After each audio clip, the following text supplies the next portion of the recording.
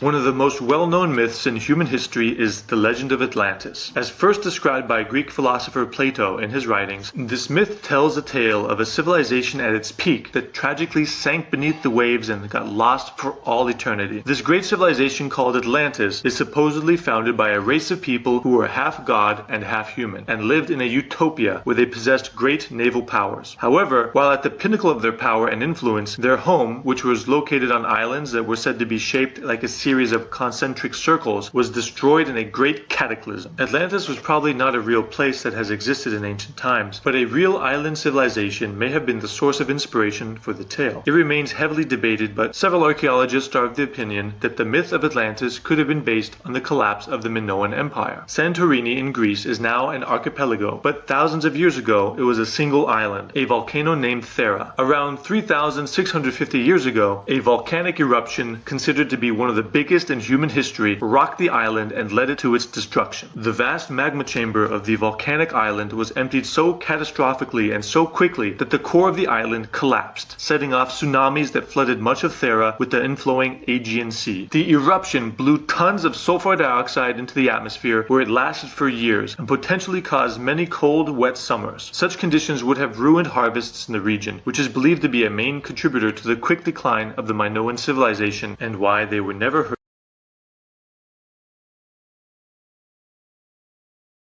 April of the year 1006 AD, witnesses from Asia, the Middle East, Europe, and possibly even North America spotted what they described as a guest star in the sky. Astronomers digging through ancient texts have found lost records mentioning and describing this cosmic phenomenon. Among them is the multi-part opus Kitab al-Shifa, or Book of Healing, by the Persian scientist Ibn Sina, who is also known in the West as Avicenna. In the Book of Healing, Avicenna took note of a transient celestial object that changed color and threw out sparks as it faded away. What he saw started out as a faint greenish-yellow light, which twinkled wildly at its peak brightness. Then it became a whitish color before ultimately vanishing. For a long time, the guest star was suspected of being a comet, but now it has since been determined that the celestial wonder was really a supernova, a cosmic explosion that took place 7,200 years ago, but whose visible light only reached Earth at the turn of the first millennia. In 1006 AD, this supernova was far brighter than Venus and was visible during the daytime for weeks. At present, though its visible wavelengths have since dissipated from view, the high-energy remnants of the supernova can still be seen through NASA's Chandra X-ray Observatory.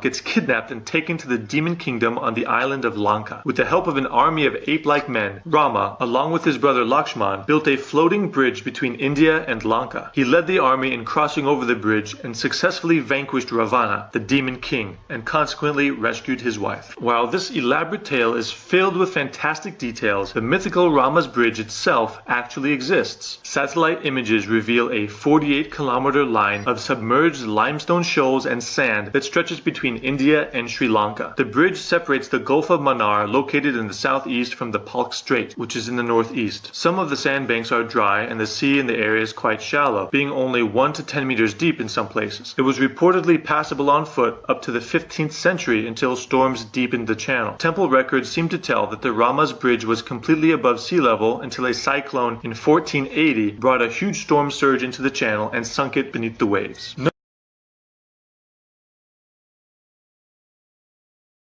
Crater Lake. The most common of the legends centering around the Crater Lake in Oregon involves two powerful mythological beings, Skell, the lord of the above world, and Lao, the god of the underworld. The theme of this legend is essentially good versus evil. The Native American Klamath tribe believed that the Crater Lake in Oregon was once a tall mountain named Mazama, which back then was inhabited by Lao. The underworld deity engaged in an epic battle with Skell, the sky god, and fire and brimstone flew across the skies between Mazama and the nearby Mount Shasta. Lao was defeated in the fight and had to go back to the underworld. With the intention of imprisoning him forever, Skell collapsed the mountain on top of Lao before topping off this prison with a beautiful blue lake. The legend was not exactly far from the truth. However, the Crater Lake was not the product of a battle between angry gods, but of Mount Mazama, a volcano that erupted 7,700 years ago. So much molten rock was expelled that the summit area collapsed during the eruption to form a large volcanic depression called caldera. Subsequent small eruptions occurred as water started to fill the caldera, which eventually formed the deepest lake in the United States. In the famous story told among Christians, Jews, and Muslims, a long time ago, God chose to destroy the earth with a great flood, but spared one good man named Noah and his family. Upon God's command, Noah built an ark boat and filled it with a male and female of every animal. When God covered the earth with water, everyone and everything that once roamed the land was drowned. Noah, his family, and the other animals managed to survive while on the boat, and they were the ones that repopulated the planet after the disaster. Now, while a boat full of animals of every kind is hardly believable to some, experts say that the epic biblical flood, as often is the case with apocryphal texts, could have been based on a much earlier tale. One such story that comes to mind is the Epic of Gilgamesh. This ancient epic unfolds similarly to its biblical equivalent. In this Mesopotamian saga that dates back to the 7th century BC, many gods conspired to create a great flood that would destroy the world. One of the gods, Ea, told a man to make a boat to save himself and the rest of his family, along with a group of animals.